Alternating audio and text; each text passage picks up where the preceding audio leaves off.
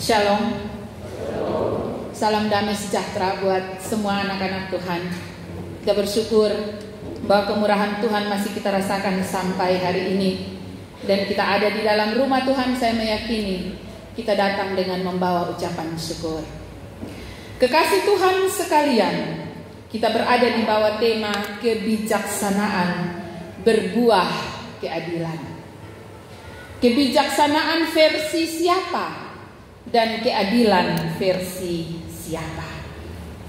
Bacaan kita ditutup dengan mengatakan bahwa seluruh rakyat Israel mendengar keputusan hukum yang diberikan raja, maka takutlah mereka kepada raja, sebab mereka melihat bahwa hikmat daripada Allah ada dalam hatinya untuk melakukan keadilan. Itu berarti cerita hari ini mau mengantar saya dan saudara untuk melihat hikmat yang datang dari Allah dan keadilan versi Allah. Kita bertemu dengan perkara yang dibawa oleh dua orang perempuan di hadapan raja.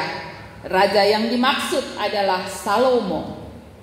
Perikop sebelumnya menceritakan kepada kita bagaimana Salomo berdoa dan meminta sesuatu dari Tuhan. Dan di dalam doanya, meskipun ia ditawarkan banyak hal, tapi Salomo meminta Tuhan untuk memberikan kepadanya pengertian untuk mampu membedakan yang benar dan yang salah. Dan karena permintaan itu, Allah mengaruniakan kepadanya hikmat, bukan saja hikmat, tapi kekayaan dan kekuatan. Itu berarti bahwa hikmat menjadi hal yang terpenting di antara banyak yang penting. Saudara-saudaraku yang kekasih, kita berjumpa dengan dua perempuan yang datang menghadap Salomo meminta keadilan. Catatan Alkitab menyatakan kepada saya dan saudara bahwa dua perempuan ini disebut sebagai perempuan sundal. Artinya kedua perempuan ini mewakili orang-orang yang termarginalisasi, orang-orang yang terpinggirkan, orang-orang yang dalam strata masyarakat pada masa itu tidak berhak untuk mendapatkan keadilan, orang-orang yang tidak mampu untuk mendapatkan kebenaran. Karena bagi masyarakat umum bahwa orang-orang yang disebut seperti perempuan sundal itu adalah mereka tidak dipakai dalam masyarakat berhubungan dengan kehidupan moralnya.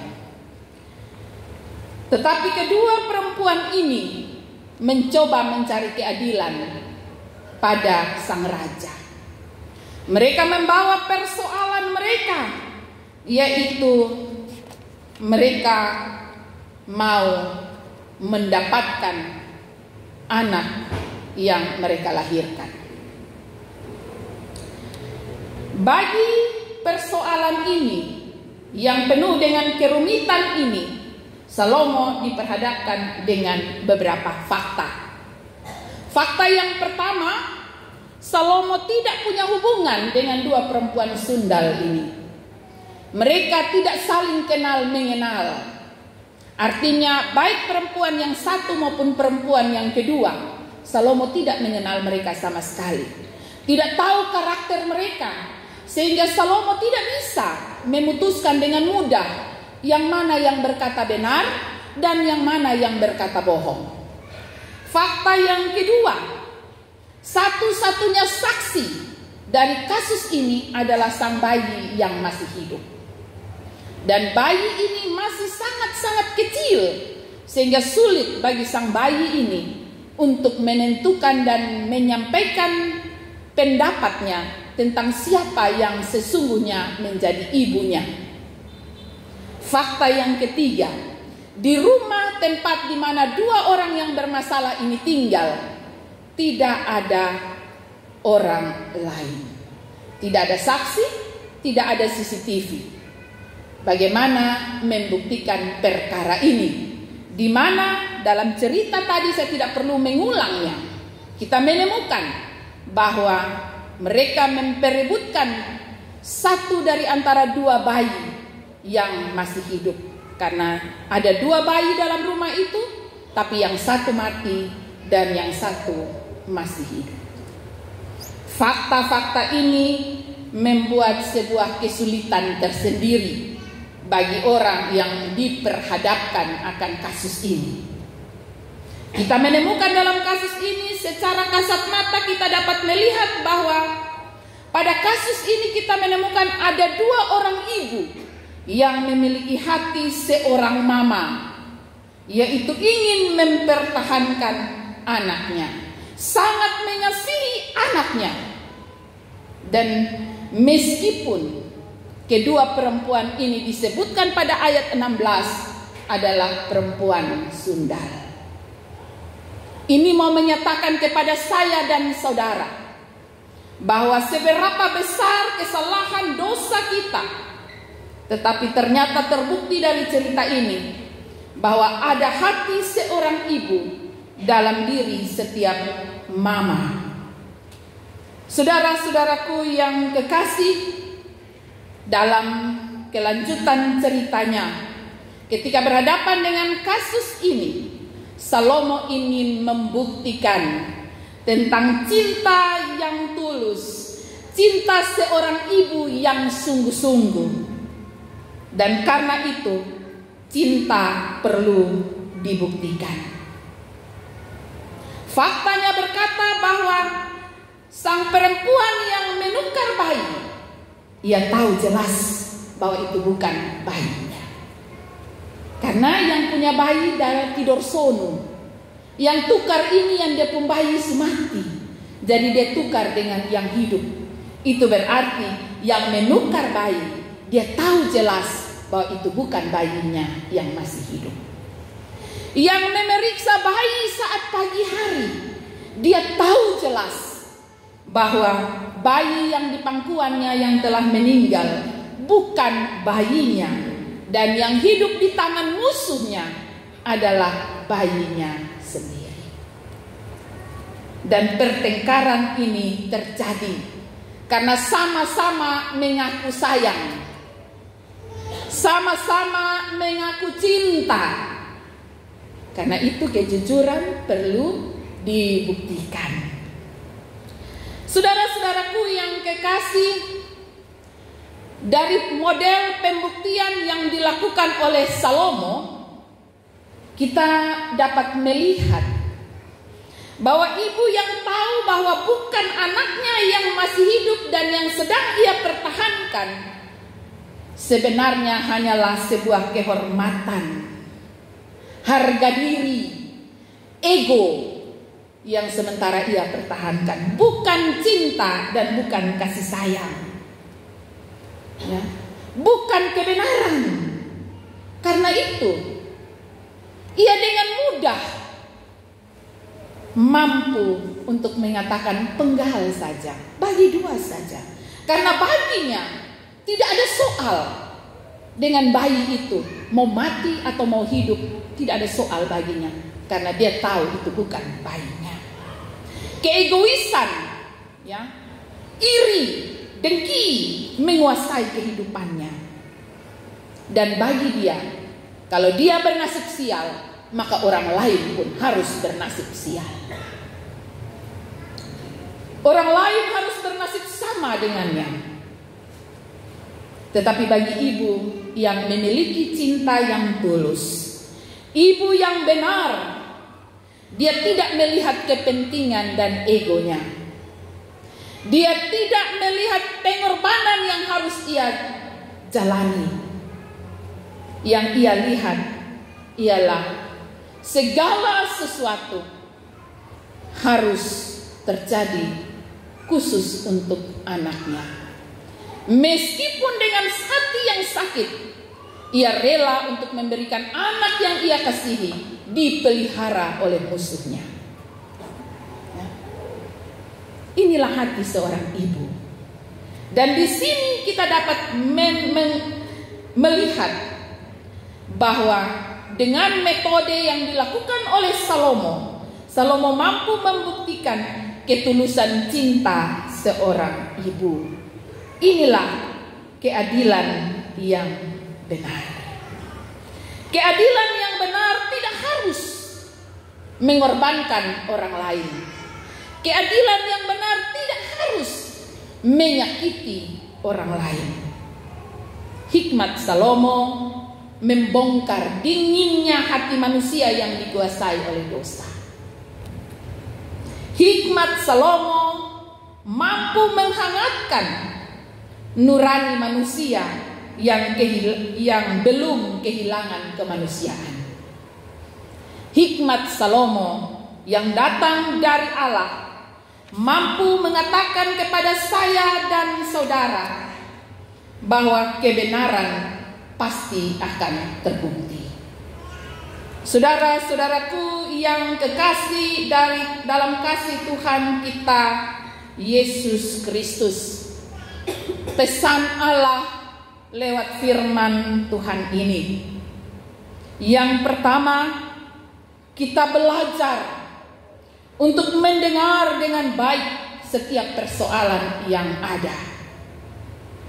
Melalui kehidupan kedua perempuan yang membawa persoalan kepada Salomo, kita juga belajar untuk selalu memperkatakan yang benar. Jangan pernah berbohong, karena kebenaran akan menemukan jalannya. Kebohongan akan tertinggal.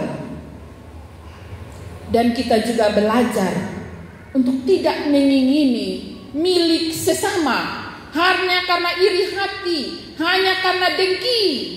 Kita menutup mata akan kebenaran yang sesungguhnya. Kita diingatkan oleh firman Tuhan bahwa orang yang melakukan kesalahan, sebesar apapun ia membungkus kesalahan tersebut, satu waktu akan terbukti lewat perbuatannya sendiri, lewat kata-katanya sendiri. Janji firman Tuhan bagi saya dan saudara bahwa kebenaran pasti akan terbukti, bahwa hikmat yang datang dari Tuhan mampu menggetarkan hati manusia. Saudara-saudaraku yang kekasih, karena itu lewat firman Tuhan ini, apa yang menjadi respon dari saya dan saudara melalui pemberitaan ini? Kita boleh belajar untuk mengucap syukur atas setiap berkat yang Tuhan anugerahkan dalam hidup ini. Kita juga belajar untuk mendengar dan menerima setiap keputusan Tuhan yang terjadi atas hidup kita. Kita perlu berdoa. Berdoa bagi diri kita sendiri. Berdoa bagi setiap anggota keluarga kita. Berdoa bagi gereja dan pemerintah. Sehingga kita bersama-sama mampu bersikap adil yang datang dari hikmat oleh Tuhan. Sehingga dalam kehidupan kita mampu untuk menanggalkan segala rasa iri hati dan dengki ketika pada kita melihat keberhasilan orang lain. Kita melihat berkat-berkat yang Tuhan anugerahkan bagi sesama kita. Kita tidak menjadi iri dan dengki, tetapi kita datang kepada Tuhan. Dan dari sana kita mampu untuk memiliki janji-janji dan tekad dalam hidup kita. Kita boleh memiliki tekad untuk hidup dengan selalu bersyukur, hidup dalam roh takut Tuhan, hidup mengandalkan Tuhan dalam segala sesuatu, dan mampu bertindak adil. Karena adil bagi kita tidak jatuh persis dengan harus merampas atau mengambil kebahagiaan orang lain. Saudara-saudaraku yang kekasih dalam kasih Tuhan kita Yesus Kristus, kita juga belajar dari firman Tuhan ini bahwa sesungguhnya keadilan milik semua orang. Siapapun itu, dia berhak untuk mendapatkan keadilan dan kebenaran. Kebenaran akan selalu muncul dalam perjalanan kehidupan kita. Ada sebuah pepatah Belanda, saya sulit untuk mengucapkannya karena saya tidak pernah belajar bahasa Belanda. Tetapi paling tidak, pepatah ini pernah diucapkan oleh Profesor Saetapi dalam siaran TV One, dan itu cukup populer waktu itu. Pepatah ini dalam bahasa Indonesia bilang begini: meskipun kebohongan itu berlari secepat kilat, suatu waktu kebenaran akan mengalahkannya. Karena itu, marilah kita belajar untuk memiliki hati Allah di dalam hati kita, rasa takut kepada Allah, sehingga baik keadilan, baik itu kebenaran, roh rendah hati tetap dimiliki oleh setiap anak-anak Tuhan, sehingga kita mampu menjalani hari-hari ke depan dalam roh takut Tuhan.